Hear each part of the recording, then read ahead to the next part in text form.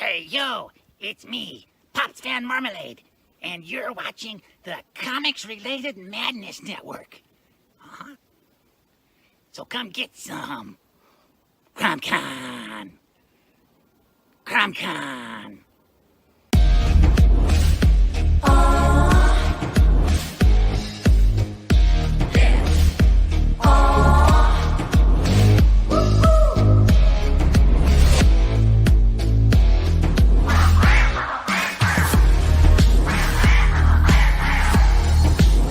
Your favorite podcast, it's Critical Blast.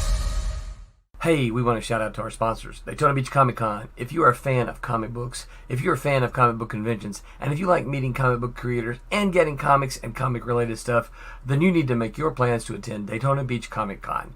This year's show is September 9th and 10th. Silverline will be there, so you should make your plans to be there too. We'll see you there.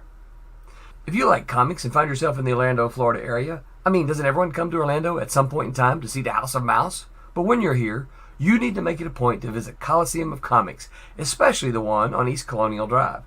They carry Silverline comics, even a limited edition Coliseum of Comics version of our comics. So, when you go, be sure to ask for Silverline Comics and tell them we sent you. OCD stands for Orlando Collector Deviants. OCD, Steve and Trish.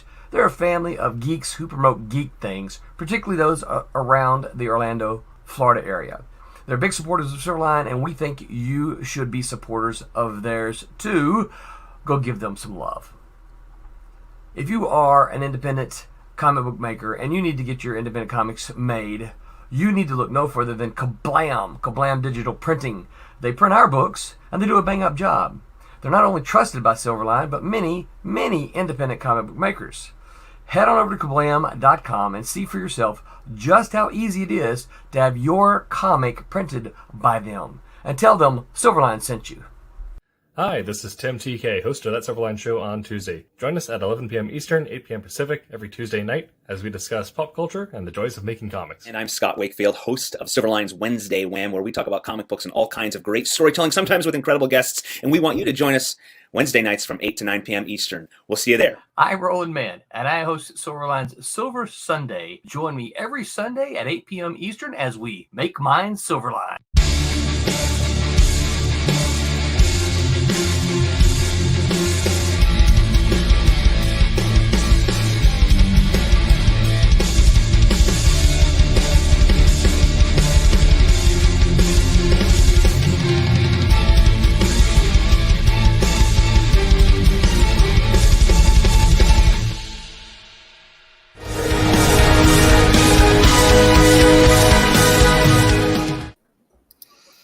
Hello, and welcome to That Silverline Show on Tuesday. I am your host, Tim TK, and I'm joined as always by David Rios. Hello. Sorry, I had to start the cam going. No problem. And Jose Fuentes. He's currently muted. All right. It also looks like Jose's having some connection issues, so hopefully that resolves here. But yeah, tonight we're talking about editing comics, as that is probably something that a lot of people think about when they want to move into creating comics. Is the fact that either you or someone else will have to serve as an editor and bridge the different languages that artists, writers, and everyone else speaks. And we will be getting into that here shortly. We do currently have a Kickstarter going on, as Vic has pointed out here. Let me get that pulled up for us as well so we can share it on screen.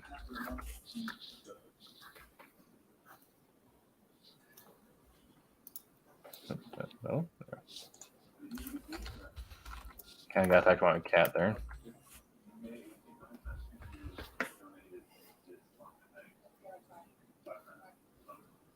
There we are. Looks like Jose's working on that connection issue. In the meantime, here is our ongoing Kickstarter. Does not have a video for it yet, but we should have a video for it next week. But we do have this. So so we can't play the video on the screen here. But we are about halfway through to our goal for Obsoletes 1 and 2. Obsoletes being a new comic series, and Pendulum, which is a redux of a classic from the old days. So we'll go ahead and run that ad while Jose hopefully joins us again.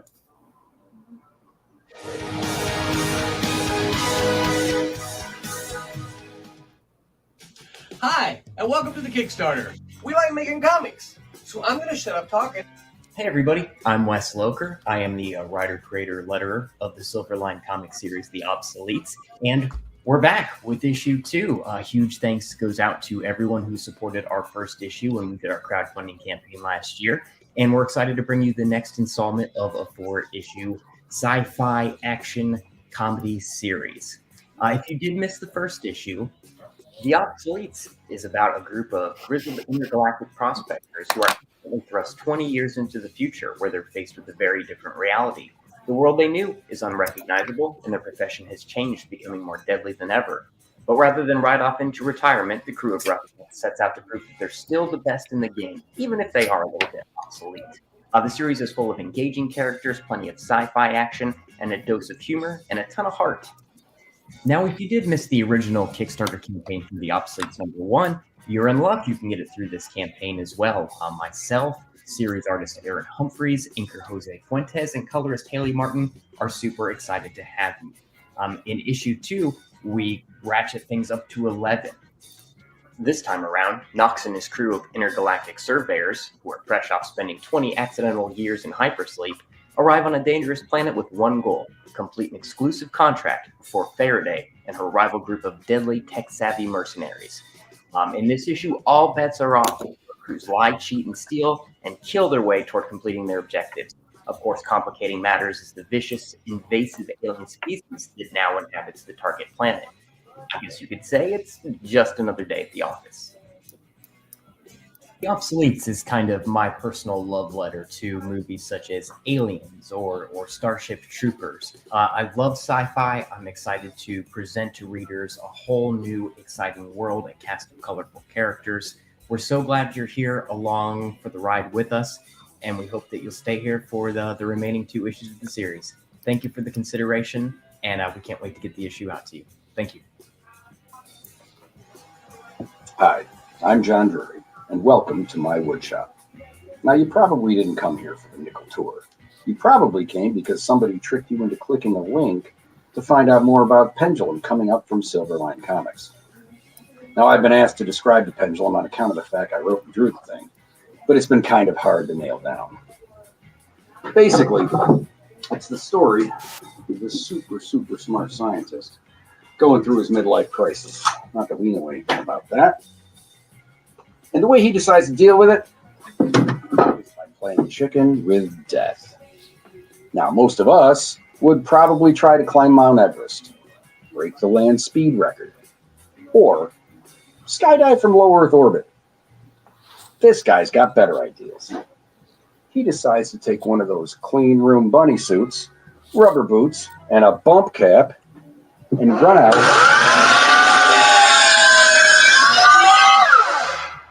and be a costume vigilante.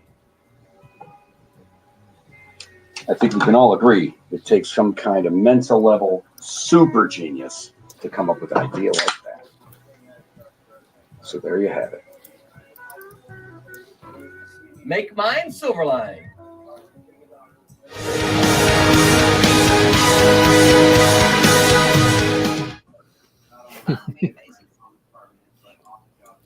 Yeah, my ears kind of exploded there. Yeah. Keep going on. As for Big S, we have originals of the Obsolete on offer. Let me double check. I'm not sure if we have originals of Pendulum. I think we just have the remix up. Double check that though.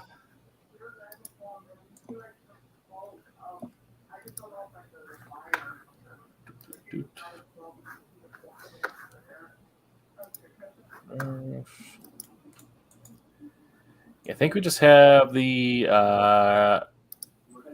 Redux of Pendulum up, but If it's like previous events, what will end up happening is after we do the initial launch of the title, when it gets put up on our storefront, we'll also put up the original as well.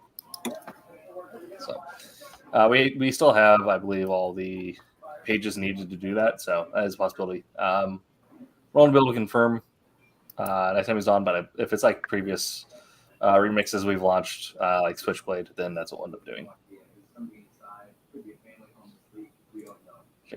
Okay, there you go. Okay. So there is that. But yeah, we're going to be talking about editing comics today. And editing comics is interesting because unlike editing in a book, which is just text, and unlike editing in a movie, which is traditionally done by a film editor, and then you'll end up cutting the things after it's already been written, filmed, and whatever, and then cut on the cutting room there. Comics interesting because they'll end up editing the script like you would with a movie, but then before the letters get thrown onto anything, you'll get the art, and then you'll have to do revisions to the art, revisions to pencils, inks, colors, kind of down the line, and then another pass of editing before letters even happen. So it's kind of like if you're doing animation where you have to dialogue edits before doing ADR. But editing comics is something that's different because it's something that every single person has to do in their own little way. No other medium really shares the same steps of editing that comics have. So, and we also have the link for that. So, if anyone's interested in the original pendulum things up, go ahead and click that link. All right. So I'll open the floor to you guys. So being more on the art side of things, what sort of core memories, stories, anything like that do you have of having to make revisions to your artwork? Essentially, either things you may have self-edited if it's your own property, or if it's something you did, realized you didn't like it, and then redid it before submitting it, or anytime you're in communication with an editor and had to do a substantial revision. We don't do that, right, David? I mean, we're pretty much perfect right out the gate. Yeah, of course. I have had to redo like 6 pages of pencil work because I did them on the wrong size paper, and not knowing, like my first go at trying to do a comic, I did them on the wrong size. So instead of if I resized it digitally, it was just gonna like disproportion everything. Right. So I had to like go through and redo. I think it was like 5 pages that I had to do, and then they ended up not going anywhere. Like they ended up not. So I didn't even really have to do it, but yeah, I had to read 5 pages. It was annoying.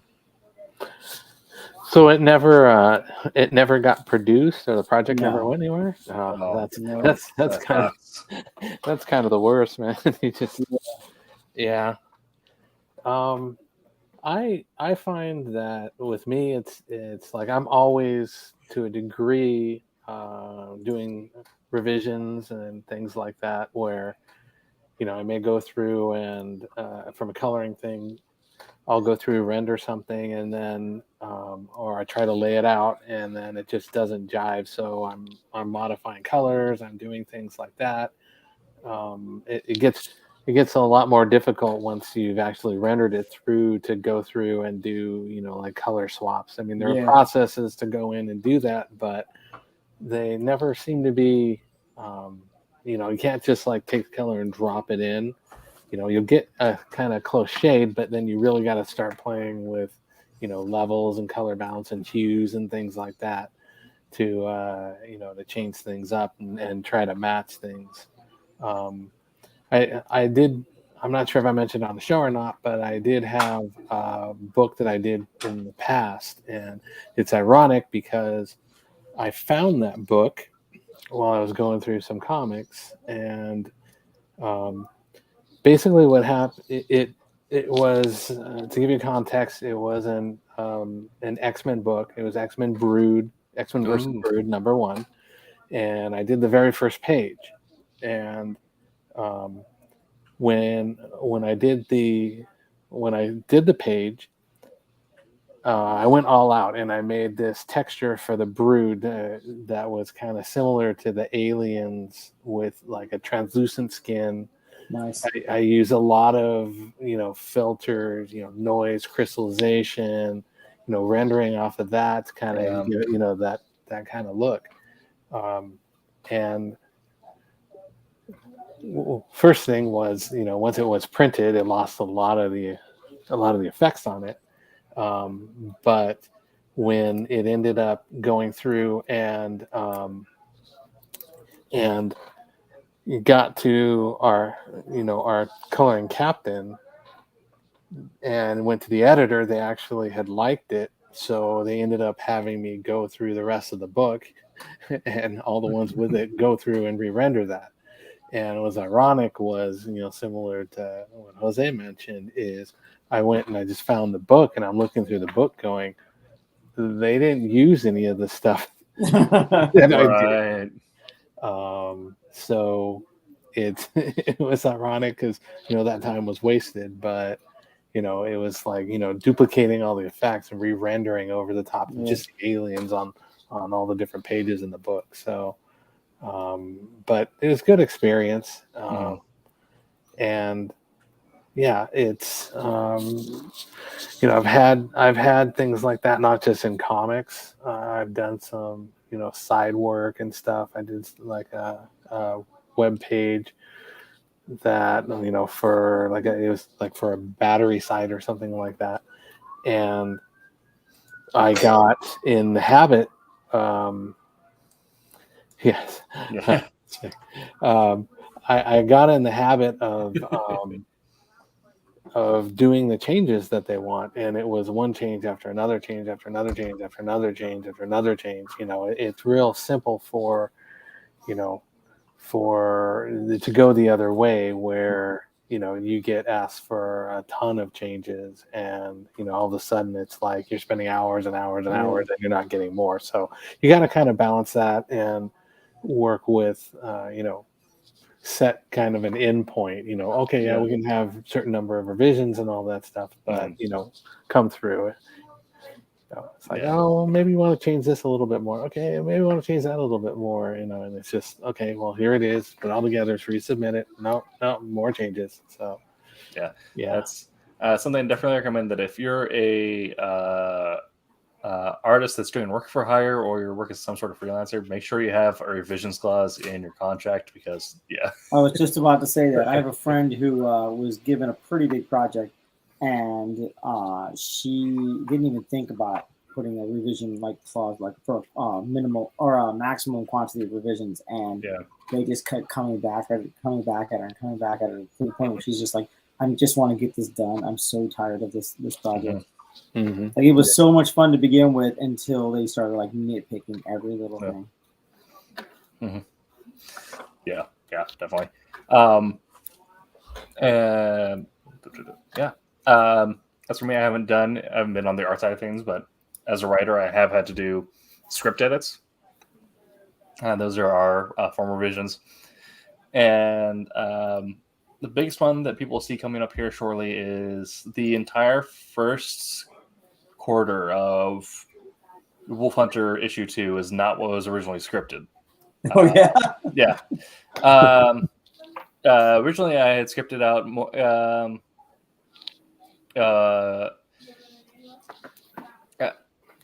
Is even slower because I'm a fan of slow burn comic stories, and overall Wolf Hunter is a slow burn spy story. Right.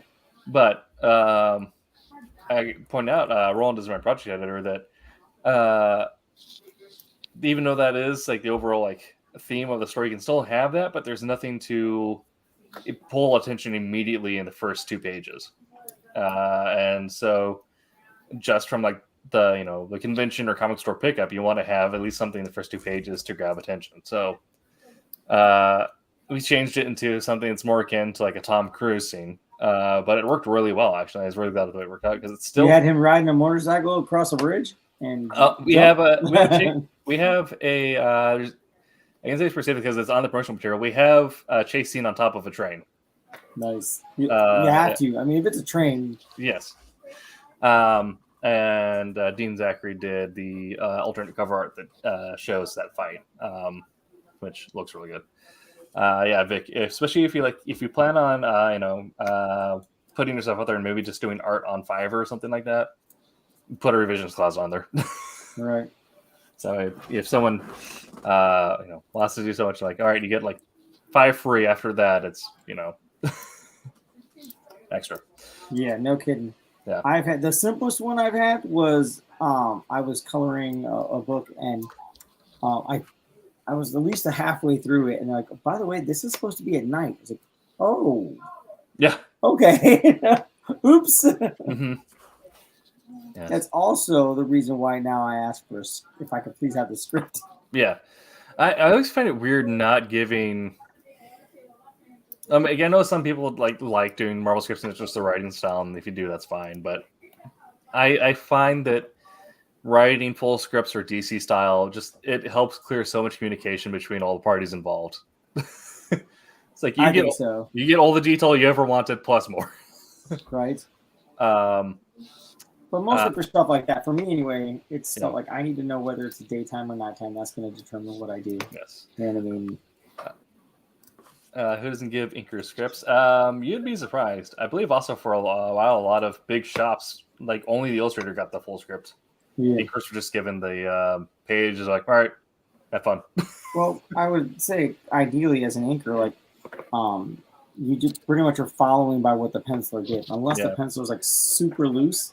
Mm-hmm. You follow, like, I mean, he's going to determine where his light source is coming from. So, like, from that point, you just, you know what I mean, like, either throw in some ink wash to to help feed the people's sight so they can see exactly where the light source, where the shadows are and whatnot. But I mean, you don't really need a script. But like as a colorist, I feel that a colorist, obviously, your penciler, you need the script. As a colorist, I think you need the script as well. Yeah. Or like if you're a really good penciler, a really good teamwork penciler is really good at teamwork, I'd say, because they're good pencilers who aren't good at teamwork, but there are pencilers who are just good at teamwork. Right. If your penciler is good at teamwork, you're going to also include some scene notes about what you envisioned when you did it, either like in the bleed or as something that can be covered up. Speaking of my caption here, Spider-Verse. Something I really liked in the opening scene to have the alternate universe Vulture come in, and when you're looking at the things it does, they have animation notes or like the scene notes that pop up next to the stuff he's doing. Yeah. Also, some of the Spider-Man 29 also had some of those pop up next to it, and it was really good. I'm not sure if Jose's phone has earbuds to avoid spoilers. Oh yeah, that's why I did it. I'm going to watch it Thursday. Okay. Yes. All right. No spoilers, Vic. Superman sketch is which version of hair pick. Sure. Yes. Communication is very important, but yeah.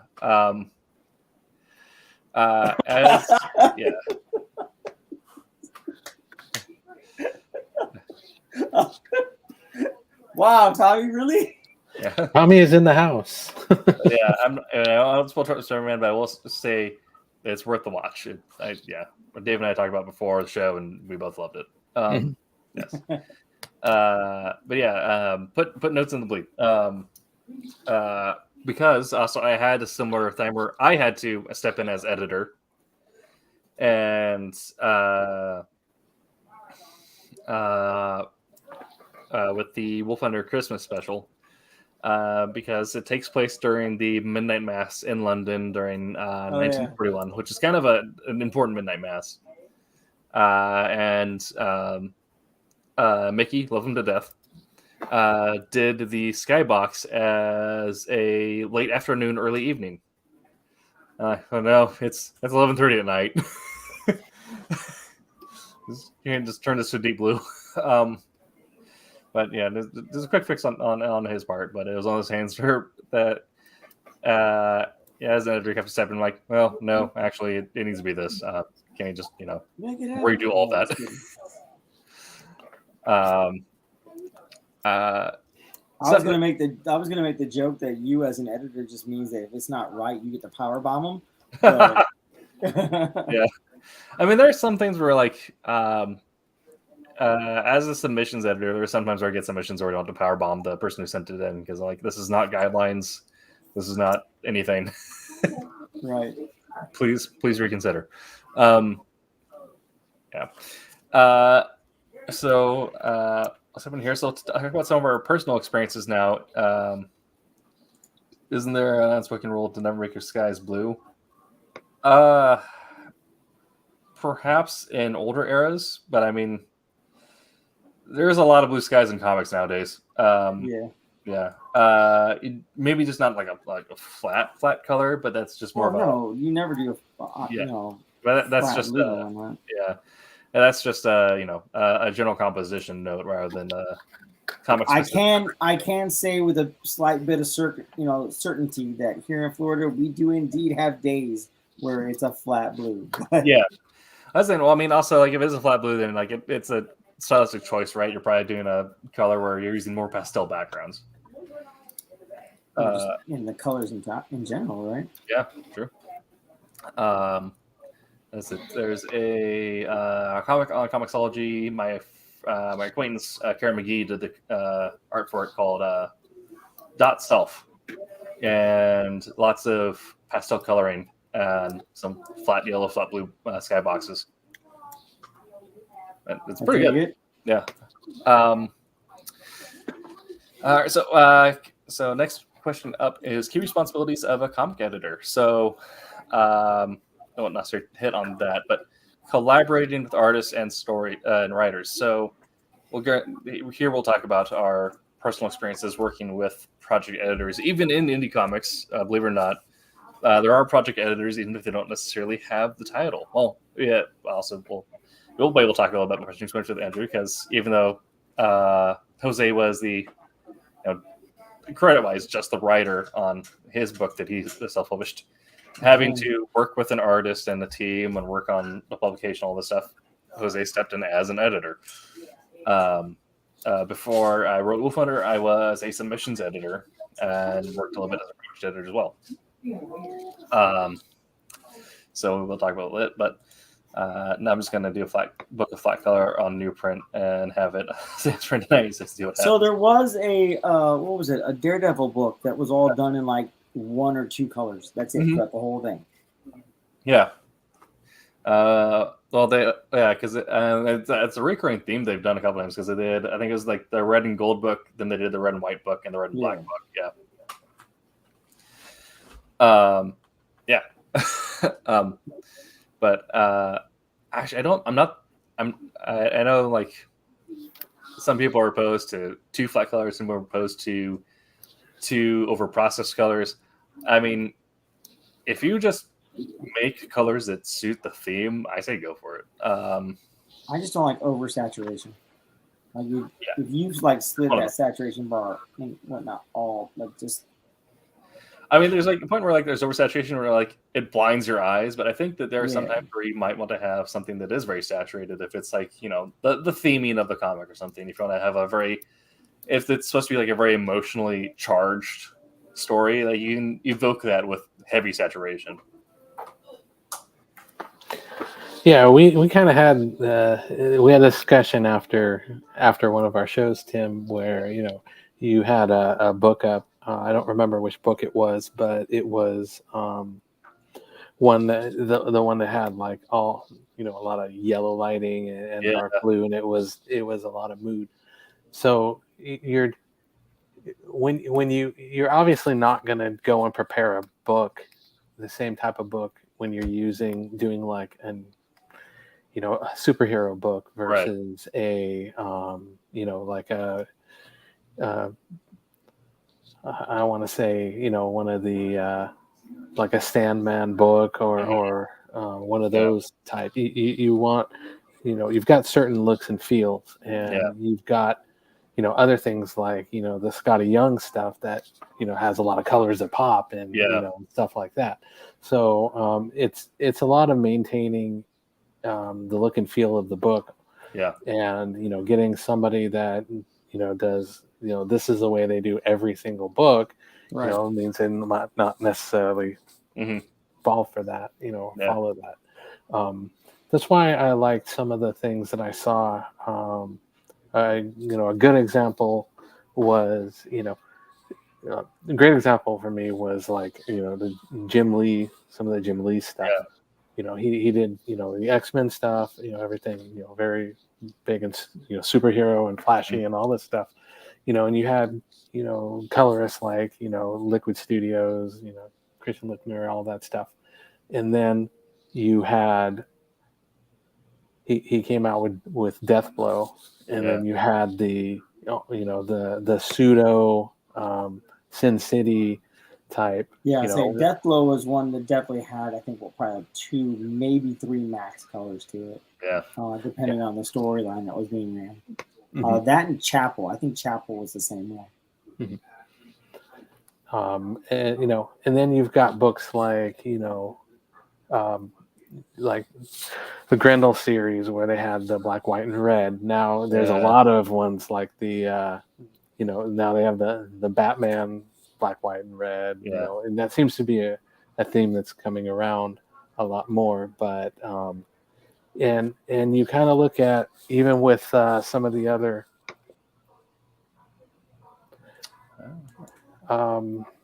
Death Blow was originally done by Jim Lee.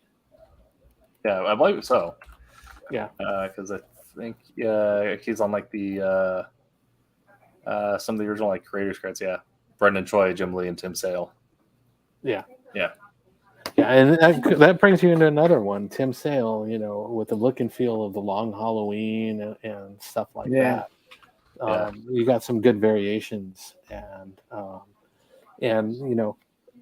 I also, looking at editors and all that stuff, editors, there's a lot of things that, they have to do that they don't want to do in situations that they don't want to get in. They don't want to, sit here. A lot of them, I imagine, don't want to, critique and have to tell artists, no, this is not the way you got to do it. You got to do it this way or that way. So there's a hard degree on that. There are some that are just straightforward. This is the way I want it, no matter what. Yeah.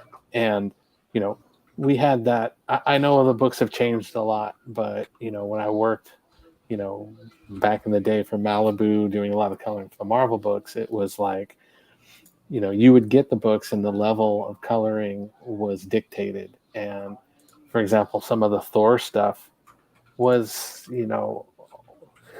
lot of flats, there wasn't a lot of rendering. Hulk was also in that way.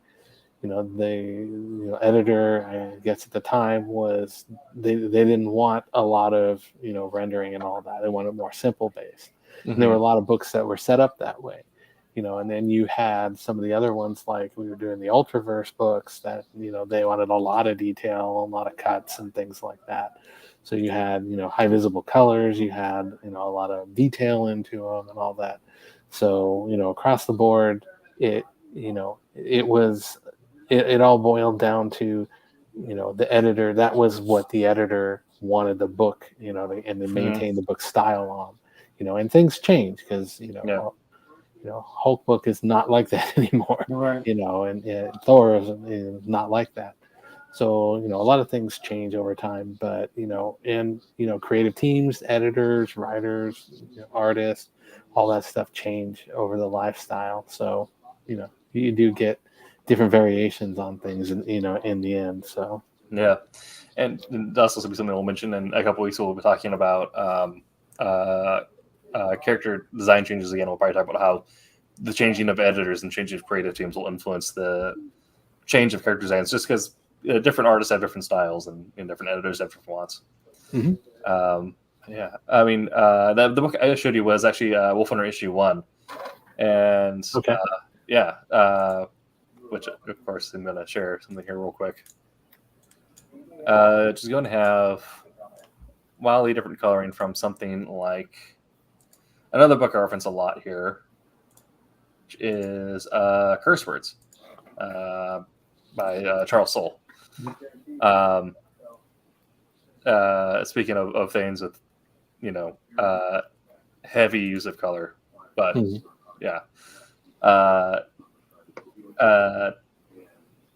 Different teams on it, different editors, different creatives, and so it's going to look wildly different. But both, I think, are still. I love the work that Martine did on Wolf Hunter. I love the work that they did on Curse Words. Mm-hmm. Yeah. Me as a big, obviously a Grendel fan and all that stuff, is one of the things that I found really interesting about a lot of the earlier Grendel stuff was that same thing of creative teams changing. Mm-hmm. So you had at the launch, you had originally the stuff that Wagner did, in the backup and Devil by the Deed, but when they had the series come out, the main series come out, you had the first 12 issues, I believe, were the Pander brothers, completely different style, and then you had it changed into Bernie Muralt, so art changed, colors changed, themes changed, and over the course of the book, as they went through different styles, different short stories within the thing, you had huge changes, and different feels and all that stuff. Eventually you got into the later ones like the Eddie Thatcher, where you started dealing with the kind of possessed thing, so stuff got really dark. So yeah, that to me was pretty cool, that they took a lot of chances there to continue the same book along, but change up the themes a lot. So. Definitely. So kind of going along that same thread, I'll ask you this, David, before I'll grab some questions for Jose. But in your experience, since you have worked with some of the big houses, when you were brought onto a project, even if you weren't the initial colorist on it, or if you're given a book, what were some of the conversations you wanted to have with an editor? What sort of communication did you expect from them, or did you want from them?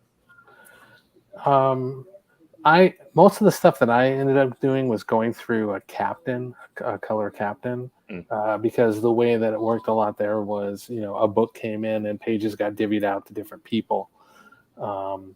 So I didn't deal a lot directly with the editors and all that. Sure. So that was mostly done through the captain and getting the consistency and all that. So he or she was kind of our little mini editor that went up to the other editor and all that stuff. Yeah. So, I've had most of the conversations I've had have been kind of post doing the work and stuff, and dealing with people as in conversations with them, conventions and things like that, when I run into people that that I had worked under and stuff like that. Now I feel a little more seasoned, so I have a better rapport with them in that way. Okay. Yeah, that's good stuff. Jose. Yes. So you've come on as an inker and took on some, I believe, my people here mixed up. I believe you have stepped into some books that were already underway and then have continued inking on from a certain point. Yeah. And Silverline is a little looser, but typically we do have a loose form of editor structure where either Roland or the creator will act also as the editor of the project. So from your point of view, what were some of those conversations like on working with the person who's acting as the editor? Like I said, I'm perfect and I've done nothing wrong. Yes. Of course. So I think it's pretty cool working, because Roland is usually the one that gives me any kind of editorial wisdom, right? And it's mostly like, hey, I want you to consider this when you're doing these pages. Consider this You know what I mean? Consider that. And I'm like, okay. And he's very soft spoken when he says it. And I think it's because he's experienced, so he's worked with tons of people. I've said every time we do conventions together, he knows everybody, right? And so I think he knows how to talk with people, and it's pretty cool. Like I'm a very very laid back person, and if I'm doing something and you want me to change it, please let me know so I can change it, right? So, a couple, a cover I'm working on, he's asked me, gave me some adjusting advice, and I thought it was super awesome. No way, dude, I can't. Man, you don't understand. I know that's joking, but there's so much information, so much wisdom and knowledge. Like I just want to stand there and soak in as much as I can. Like, man. Yeah. And I agree. I totally agree. And Roland he's got so much experience, so much time with so many people in the industry from when they were just starting, when he was just starting, and on. He is a wealth of great knowledge. Hopefully he's not watching this. He's very generous with it.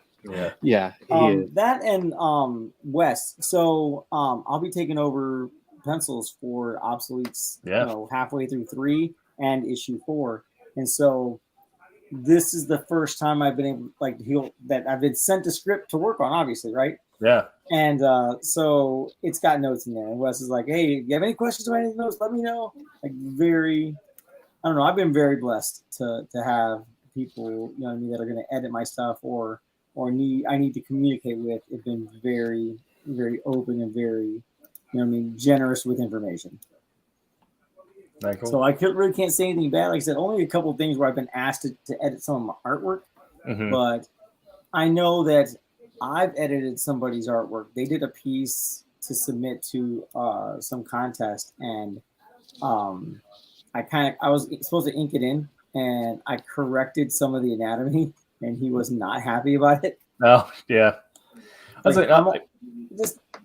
I'm all for creative licensing, but was it the I can't remember what's his name? Can't draw feet.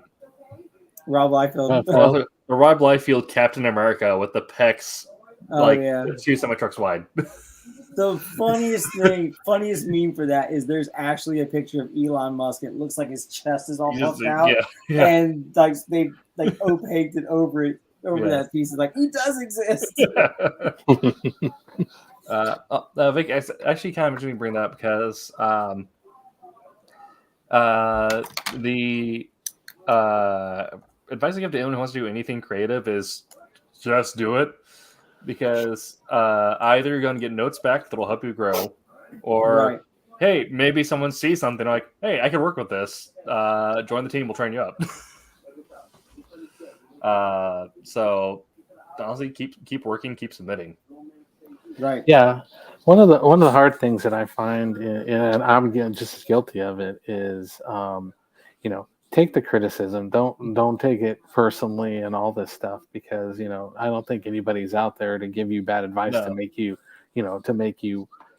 bad at what you do. Most people are trying to improve what you got. You get some people that are a little rough on things, but generally a little belligerent in how they word it. Like, this is nice, but it's garbage. Like you know what I mean? Don't listen to that. I can kind of speak on that as someone who has been a submissions editor, where I'd be the first pass of the submissions before they get put onto project editors to see if they wanted to put together a team for that.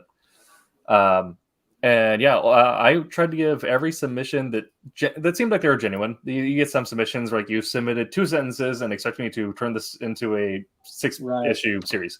But every genuine submission, I tried to give back detailed notes on why it doesn't work or why I think you need to capitalize on.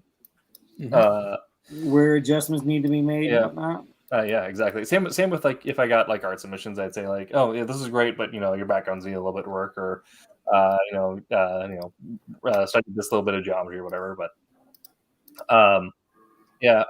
word of advice is always, when you get critiques, read the email set it aside for a day, come back to it in the morning. Yes, absolutely. There you go. Yeah, it hits a lot harder. It hits less hard if you set it aside and do something else. Because again, no one's trying to do anything personally. Like I want you to resubmit with a better pitch. Like I want you to come back with something that I can absolutely greenlight. There are some times where you'll get something you're like, I don't know, man, the vibes in here are kind of off. I don't think this is the kind of story I want to tell. But for the most part, I want people to succeed. I want them to come back after just doing some improvements and polish on their work. And if the editor's giving you notes, which you have to do submissions in order to get those notes, they're probably with the intention of like, hey, this is what you can work on this and come back to me.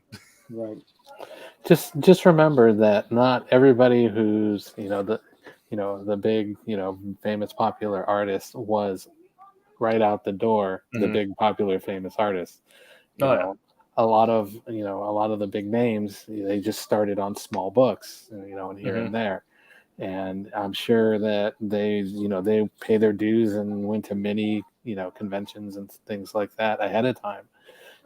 It's very rare that, somebody walks in first time and here you go, you're, phenomenal. And, here's a blank check. It just doesn't happen. Everybody starts and does their dues, and everybody improves over time. Right. Yeah. I guarantee you, every big, well-known comic book artist has a stack of rejection letters. Oh yeah. And I think if you ask them, they'll tell you. I'm pretty sure I remember seeing Billy Tucci talking about it, about having his stack of rejection letters. It was Billy Tucci. As the guy I mentioned a couple times on here, Donnie Cates, who at the time was doing 8 books between Marvel and DC as a writer, which is an insane workload. But he said, like, this is less writing than what I did when I was trying to get into it. Because he would just grind out 12 issues, submit them to all the indies, watch them all get declined, and then do it again. Yeah. I mean, it's a benefit to that. Like, I'm not saying anything bad, but I've never actually, I don't say never, but I have not had a rejection letter, right? But I think it builds character. Honestly, I know I say it all the time about everything. Oh, it builds character. Oh, do the dishes, it builds character, right? But it really kind of does. Yes, I've definitely. It teaches you to have a thicker skin. Yeah, I've definitely gotten more form rejections working in traditional publication, like from journals and stuff like that. And those do hurt the most. But you said they hurt the most? Yeah, well, it's just a form letter where it's like, oh, thank you for your submission. This is not federal catalog at this time. I mean, it's like, what were you thinking? Yeah, it's like, all right, cool, great. I know those. But in comics, most of the time it is you'll get notes from the submission editor at least. I mean, rejection letters now are all emails. No one does anything through. Yeah, we're contacts, letter rejections, everything. Yeah, exactly. But even then, print your email out, stick it to your wall, keep moving. Oh God, no. Well, that was it. There's wallpaper your wall with rejection letters. Yeah. Well, if you find yourself in LA and want to support the writer strike, there's 2 bars you should go to. One is royalties, where writers get their cheap royalties and staple them to the wall there. So you got a lot of checks for a cent from episodes of CSI. Yeah. And then there's another one like that called rejection letters, where it's all the script writers who got just form rejections from studios and they put them up on Oh man. Yeah, both those are union shops. So also meet with creatives like that. A bunch of editors hanging out at bars after cons. But yeah, that would be awesome if I drank. Yeah. Well, you can order. Somebody is getting a Shirley Temple. That's all I'm saying. order a classic sarsaparilla. You're right. Yeah. You don't even say it right. I want a sarsaparilla. Here we go. We're trying to hit on consistency here. Exactly. Thank you, Vic. That's I'm on the in the WGA West, so appreciate it. We don't have any, gang signs, gang colors, everything. exactly. Yeah, exactly. You're We just don't hardcore have any too. studios in Portland for me to show up at. I don't know. I'll just take a photo on a street corner. Right. Yeah. With a pick a sign, you're the only one there. Yeah. Hey guys, Gosh darn rural America. I'm striking them remotely. That's right. Yeah. There you go. Man, we've just passively talked through a lot of notes I had, just kind of through the nature of our BSing, which is great. We BS very well. I was so. gonna say, are we getting good at this, Tim? Is that what's going on? I think it's happening. Yeah, David's here, and now we're getting better. Exactly. Okay. Well, this is gonna be something I'll probably talk a little bit as a writer, but I know Jose also having wrote and self-pubbed a book. We'll probably also mention on, but the relation between lettering and comic book editing, because well,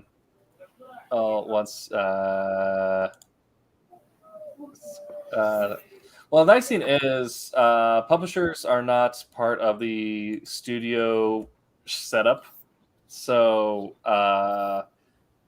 they will negotiate differently. If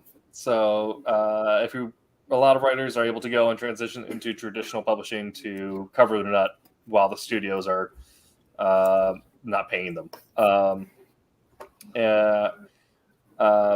yeah, I already know there's been some things about Marvel maybe scabbing in and rewriting Captain America during this time, which is not kosher. But yeah, if TV studios start doing that, the other ones will follow suit, and that's how you end up getting the TV lineup we had in 2008, 2009, which is yeah. I'll say, alas, heroes, we loved you. Yeah, exactly. It's like Amy Chu moved over to comics. A bunch of people who do both comics and TV are now just doing comics. Some guys have taken time to finish up their novel they've been writing for 10 years. Right. So the relationship between lettering and editing comics. So kind of like I mentioned, how the similarity here is that if you're writing animation, you might do a dialogue pass before recording an ADR. Comics, you have another weird pass of edits that happen between the script being written, all the art being done, and then letters being thrown on there. This can happen for a number of reasons. Sometimes that it's just, if you're a writer, by the nature of you being a writer, every time you look at your work, you hate it more. But another thing is that sometimes an artist will have an idea or something will happen where you realize like, oh, the art on page no longer lends itself to this dialogue, and I want to change this. Or the artist says like, hey, what if I change this thing to be this way, and you need to reorganize some things because it fits the flow of the page better. Like if you're not a writer artist, if you're just a writer, learn to trust the art team's opinion on page flow, because visual composition is their jam. True. So you'll have ideas of how you want things to go, but they may be like, actually, when I try to draw it out like this, it looks kind of stupid. I'll send you the thumbnails. This is how I want to do it. Right. And of course, don't forget to ask them if they're on crack, because sometimes artists get it in their head that they got a better idea and it's not.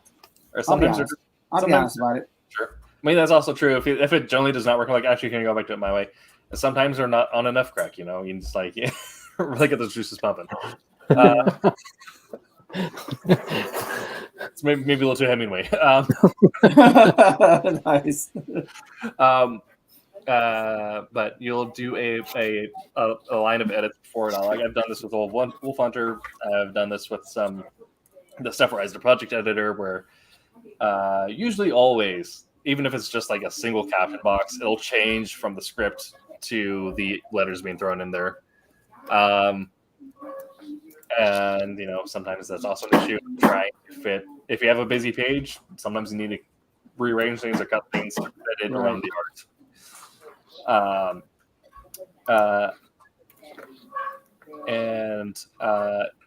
This is where the title for tonight's episode of going "Kill Your Darlings," which is phrasing editing. You have to be willing to make cuts. You have to be willing to make changes. The script you write is not going to be perfect. It's probably not going to be the final thing people see. You are going to make cuts, and this is the phase where I find that it happens the most is cutting before letters are finalized.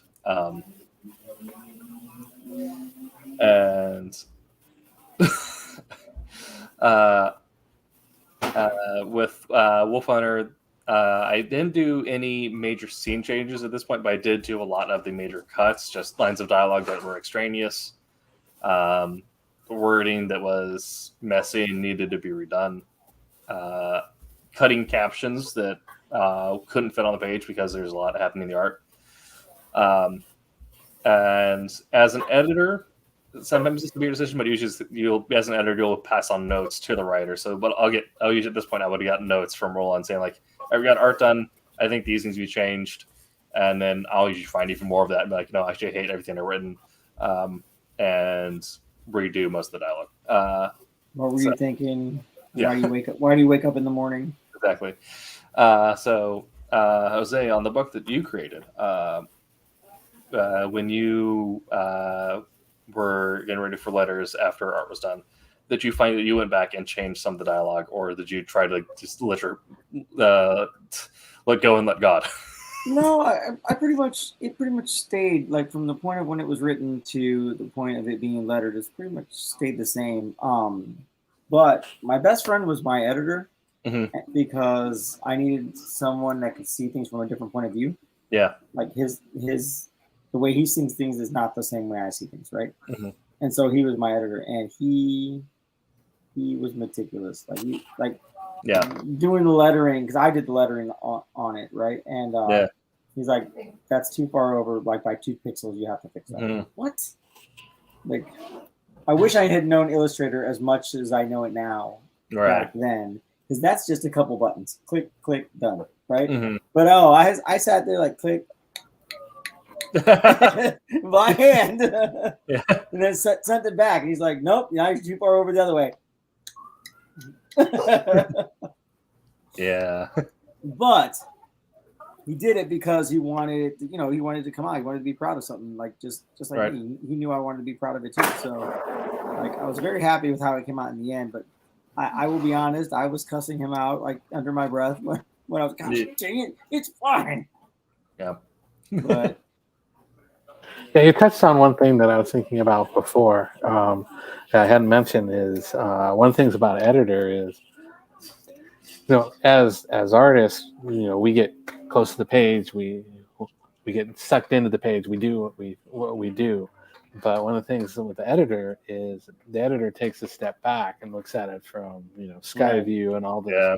So getting that alternate perspective of it, it does. It allows them to do, weights and balances and, and like you're saying, not just the art, but, how you had to remove some of the caption boxes because it just didn't work with the art and all that stuff. And, so the big overall picture is what one of the big things that the editor, gives overall. So definitely,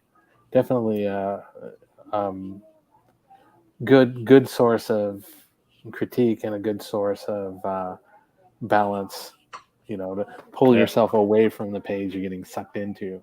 I imagine it's the same thing as a writer, but I know from artwork. Yeah, I mean it's the same. It's kind of the same thing. Where as a writer, you don't necessarily I get the same visual perspective on it, but you have an emotional perspective on it where you get so engrossed in the world that you're creating, the characters that inhabit it, and the arc that you want to tell, and any themes that find themselves in there. All that feels extremely personal to you because it's all something that's coming out of you, out of your brain place. But an editor is not in that same mental space that you're in, right? Which is good because neither is the reader, and so. you want them to be there as that objective person to say, like, no, this doesn't make sense. No, this doesn't work. One of the things that a lot of writers fall into is you'll create your story Bible or you create your outline, and your brain will naturally connect points A, B, and C without realizing that you need to have an 8.5. But an editor will be there and see, like, well, there's no bridge here. You need to connect these points because there's no actual setup. And having that emotional distance from the material is incredibly important. Yes, Jose does a little bit of everything. Actually, what will happen is Jose will next write in pencil book, and then I'll ink it. Right? I've already taught Tim how to do it, so we're good. That would be good. So when I started out doing comics, I was doing it by myself, right? And when you're doing a comic by yourself, and you know, even if you have a couple friends that are helping you out, when you're doing a comic by yourself, nobody's gonna just jump in and want to work on your book if they don't.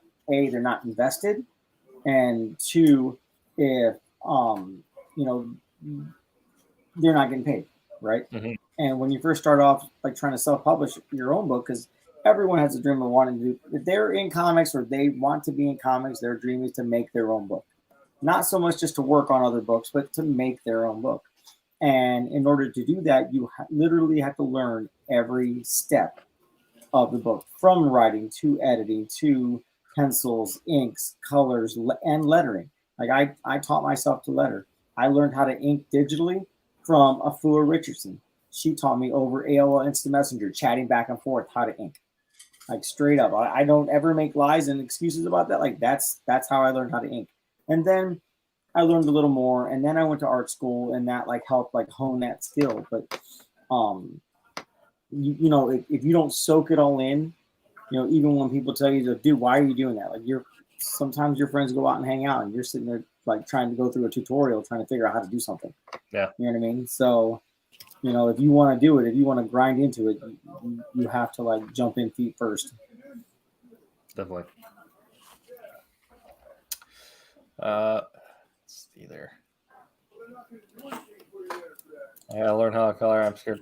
I mean, it's not hard. I mean, I don't want to say it's not hard because that just diminishes, you know, David or what I can do, or you know what I mean. But it's just a matter of just deciding to do it. You know what I mean? The barrier to entry, ask questions. Yeah, the barrier to entry is kind of on the floor. Find some like uncolored pages, get yourself some software, hit the books. Right. Yeah, there's some comics and stuff that you can see that are kind of these. I want to see adult coloring books, and I'm not going that direction, but you see some of the things like, you know, the superhero books and like that are meant, you know, more for adult coloring and stuff like that, where, you know, you can get something like that, you know, take the pages out, see if you can scan them if you have that ability, or like you said, find things online. So there's some things to do that. I went through, and like I had mentioned in one of the other ones, when I was first learning to do it, I took the Max book that was in black and white, and we scanned that and started playing around with that, you know, you know, just that's how I started playing around with it. You know, anything you can do, you know, if you're good at pencil and you do sketches and stuff like that, then, you know, you get some of that. I used to ask people on digital webbing if I can get high reses of their piece so I can color it in. Mm-hmm. So I can learn how to color it.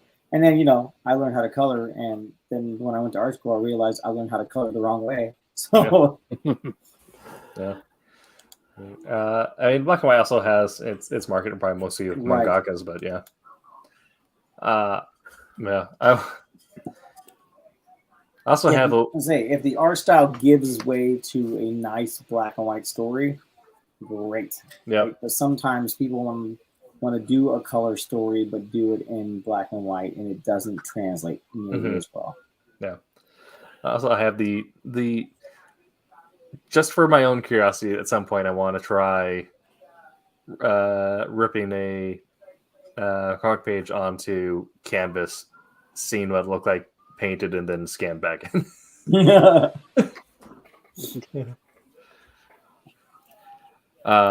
gonna do that on live stream, Tim? You know. I might actually. That'd be interesting, right? Right. Yeah. Right. Yeah. I mean, if you're planning to write a black and white story, then go for it. Remember your action lines. They become infinitely more important. Joe.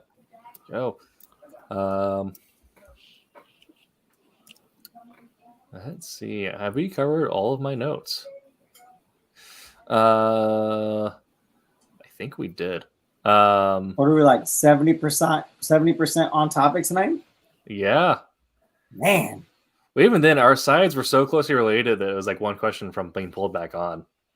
I mean, the only other thing we could possibly mention is the change in technology going from, everything being news rack and bullpen to remote and release online being the first thought for retailers. I will be honest. The idea of the whole bullpen thing and being at a publishing house to do work and stuff like that, like just that, I don't know, that ambiance, that feel and whatnot. Like that was always the dream growing up. Like, oh, I wanted to be there, right? But being the fact that like I've traveled to several different states to live, you know what I mean? Like dragged my family from one place to another. And I'm really glad that is now not the case. That not the norm, not the necessity, right? That you can work from home and submit your stuff in. Right. Yeah, I don't have the statistics, but I have to imagine also you don't have the same benefit right now, right? Of you get the notes, you get the critique back, you get the criticism or the office drama, and you have time to set it aside for getting back to it. Whereas before it was like in your face actionless now. But between everything involved, I have to imagine that the retention rate of a talent in comics now is longer than it used to be back in the day. I have no statistics on that, but I'd have to imagine that. I mean, back in the day, if you had to move for, partners work or anything like that, it was either family drama or you ended up having to leave comics essentially.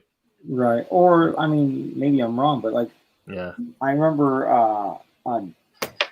I think Jan mentioned about like having to submit pages like in the mail. You have to get them like in the mail by a certain date so they get there in time, and how that being a big hassle. I would imagine like, and maybe David knows, you know what I mean? But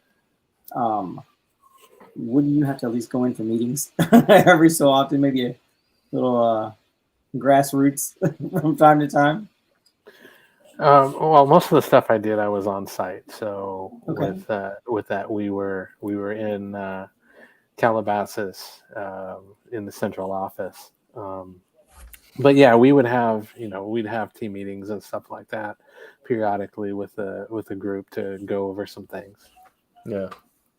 But yeah, it's hard to work completely in a bubble. I see that in my day job that I do.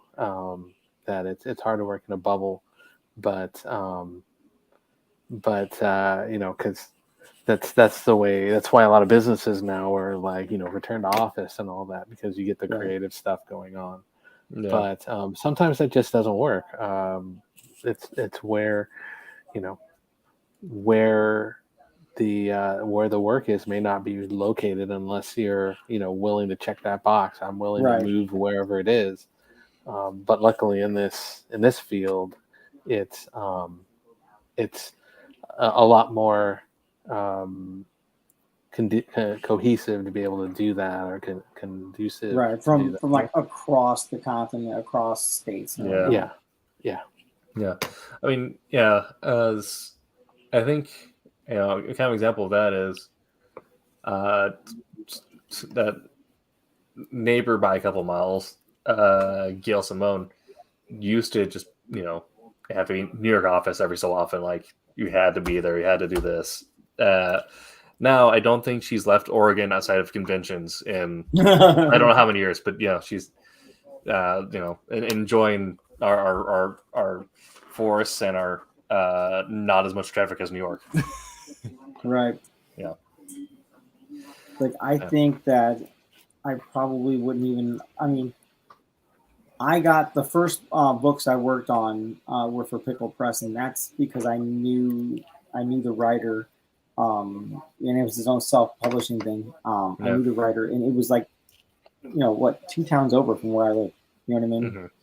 So getting with him, getting together, and talking to him, getting to know him, getting to know his wife, and him getting to know my wife and my kid. At the time, it was just my son and my oldest daughter. So. It does. I've been there. Yes. It's like 2 big mountains. Yeah, I mean, Oregon does feel like it is a video game, like it shouldn't exist, because you have desert, snowy mountain, beach. It's like these don't exist in the same place. It's actually it's funny because we had in Palm Springs, there's a tram that goes up a mountain, and it's like you start at the bottom. We were in shorts and all this weather, and we got on the tram, and by the time we went up, it was snow. Yeah. So yeah, I know exactly what you're talking about. Yeah. That whole variation of things. Yeah, definitely. Jose, have any updates on Hall of Heroes Con? No, I haven't. I haven't had a chance to get out to him. I'm gonna get a hold of him because I really, like I said, I know. Let me start over. So Hall of Heroes Con is a convention from that's up north in Indiana, right?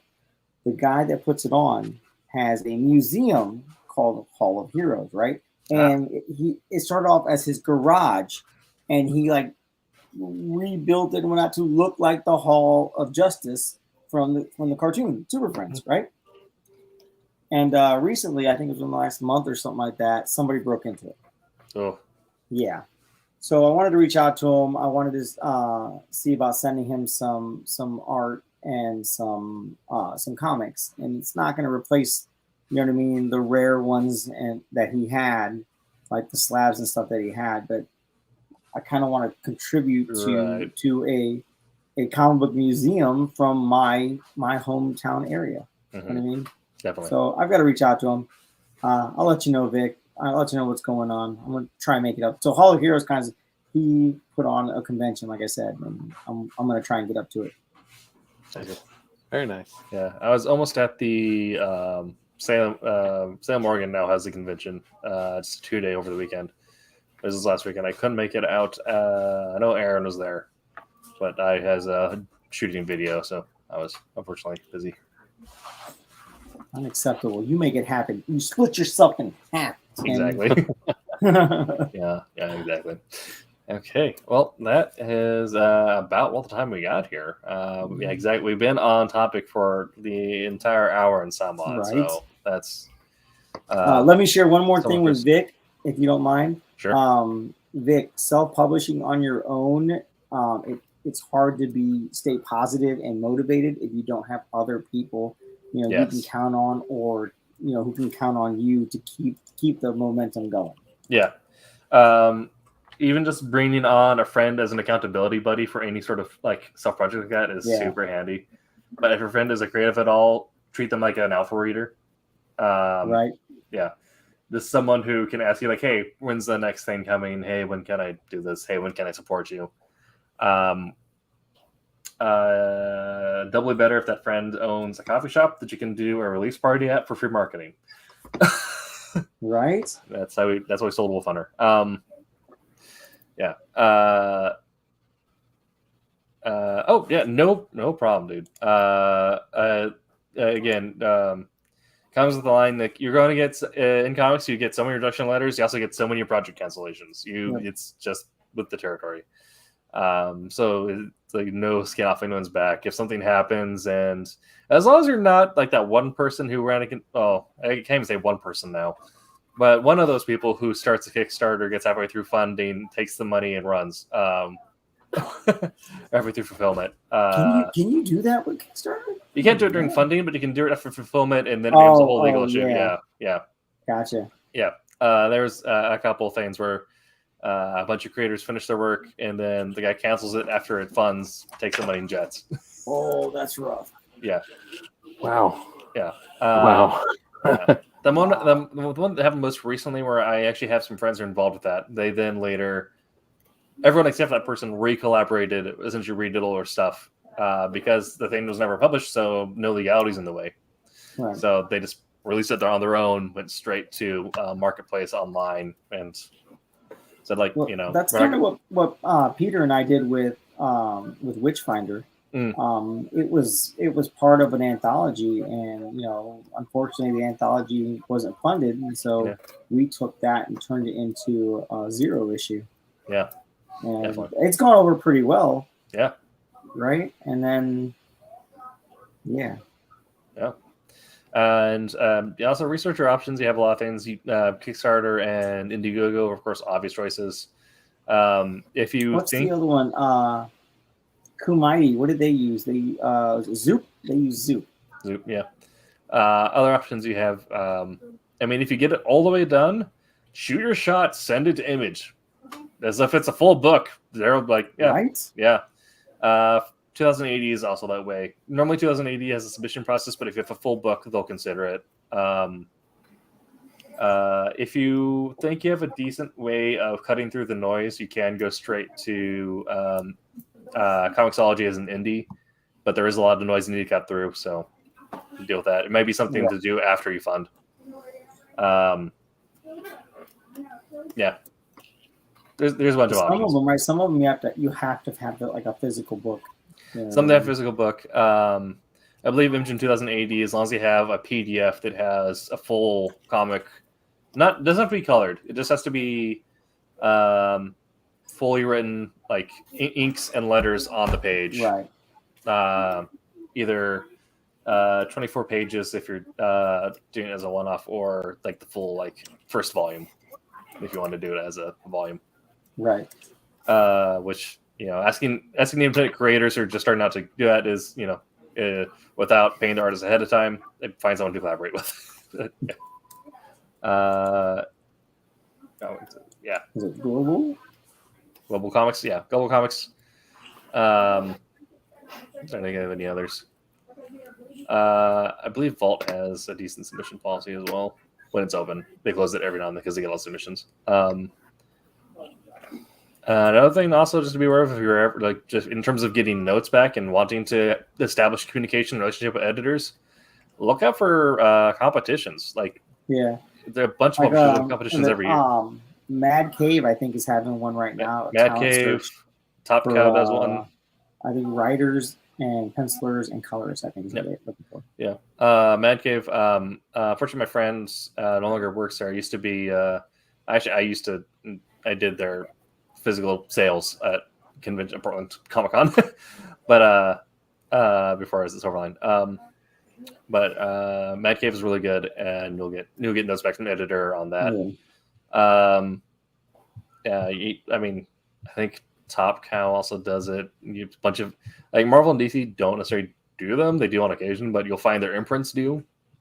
Right. And every indie does, pretty much, because everyone's looking for new talent. So yeah, competitions are a great way to. Also, if your name is in front of an editor every so often when you submit, you're just going to have association with their brain. Right. Yeah. But yeah, I think that's everything I had for tonight. If anyone has any thoughts for the end of our editor episode, no, you absolutely go for it, man. We'll be rooting for you. Right? Yeah, absolutely. Yeah, what's the worst they can say? No, they don't like it. Submit next year. Mm-hmm. You know what I mean? Then just keep going. Yeah. And even then, if it's a talent search, so you're probably not going to get no, we don't like it. You're probably going to no, this needs to be improved, and they're going to give you your subject. I would imagine they're going to critique, at least give you a nice critique. Yeah, bare minimum. Even if it's just one line you can improve better, that's one line that's better, and right. Yeah, set that on your board and keep moving. Implement it where you can. Mm-hmm. Yeah. Who was it? Well, I'm forgetting everyone's name. That's old age. It could be, man. I'm breaching 30. I'm 5 years from buying a Ferrari. Dang it! I missed that time. I missed my window. The Saruman, Christopher Lee. He didn't start acting until he was like 80. No, he did. I mean, he he did. wasn't young. He wasn't, but he did Dracula. He did a lot of stuff. But he was surprisingly old when he started acting. Right. That's who was it? Michael Clark Duncan was too. Yeah. Like he was like, I mean, but he knew he'd be this big giant of a man. He knew that he wanted to be an actor. Yeah. Like how amazing is that? If you know you want to make comics, yeah, make comics. Like don't be like me. Don't wait because someone told you your artwork was crap. It's just stop. You push through it. Don't listen to people.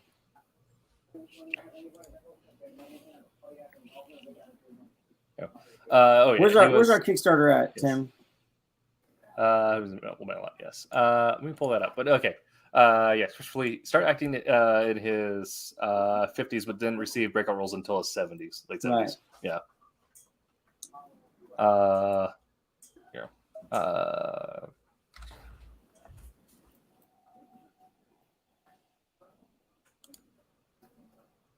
This is day one. Yes. Of our current Kickstarter, and I am emotionally invested. Yes, you are. I did the pencils for cover A, and I did the inks for cover B. Okay, here we are. All right, so we are still at 723, 1500. 723 is almost half. Almost half. 48%, 18 days to go. Again, awesome. You can please number 2, then number remix. If you just want the digitals, you can. For about the same price, you'd get anything off Comixology. So anything more than that is a savings at that point. Alt covers, of course, combinations. Right. Yeah, I mean, if you want your catch-up run, you can get Obsoletes 1 and 2 with Pendulum. If you have a shop, do have a retailer tier. So my local shop is going to do the retailer part. I have to go show them how to do it. Dope. Yeah, I'm excited for that. And then I saw.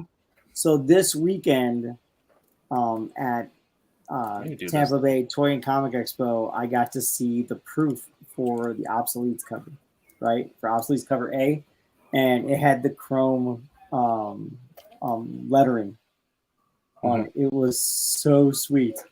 Exactly. You can get back issues added for anything in the follow-up section. If you want to get your Wolf Hunter issue 1, I believe you can get that as an add-on. Right. Yeah. Oh, yeah. Yeah. I think all the Silverline books are on there for add-ons. Yep. And also, once it finishes funding, make sure to complete your surveys. Oh my God.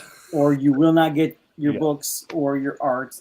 And as I think part of the add-on and reward stuff, Haley and I have offered to do commissions for certain, you know what I mean? Like I said, for certain add-ons. Yes. Yeah. I think honestly, like ending note, the most annoying part of being the editor in the independent scene is running the post-funding section. I can imagine that is just hair pulling. Just the surveys alone. Yes. We don't have any. We already have our cover for Wolf Hunter number 2. You might get one. I'll ask Tommy about number 3. I'd be down with it. Oh, I love Tommy's cover for cover C for Obsoletes. Like he, oh my gosh, it's so great. There you go. Yeah, right there. How awesome is that? It's so good. That is fantastic. Definitely. Yep. Yes. That'll be good. Okay. So that will be us for tonight. Let me grab our subject for next week here, so I can promote us effectively. Next week we are talking about comic collectibles. So not comics themselves, but all the paraphernalia that comes alongside it. So our stickers and keychains and. You have a special guest. I do. Hello. This is Tom Petty. Nice. Tom Petty. Yeah, I have Tom Petty, and the black one was up earlier. That was Black Sabbath. Okay. Right on. Yeah. And nice. was that I think was it Silverline, probably Roland, and then Pops. They posted the link in the Yeah, I threw that up there. It kind of blows it up for you. I don't have it on my personal account, but they can throw it up through here. Yeah, but we will be back next week talking about that. And tomorrow, we have Sons of Ashgard, the creative team there, talking with the Wednesday team. Sunday is the most underrated geek movies. Nice. I have. I'm a guest on. I'm gonna say the name wrong. Ryan Permisson. His and I quote stream tomorrow. Nice. So I have a link on my Facebook that you can click on for tomorrow to watch. Very good. Okay, well, be sure to check out that. We will be back next week at the same time. And until then, make mine Silverline. Hi, I'm Bill Black. I created FemForce, but you know what? Today, make mine Silverline.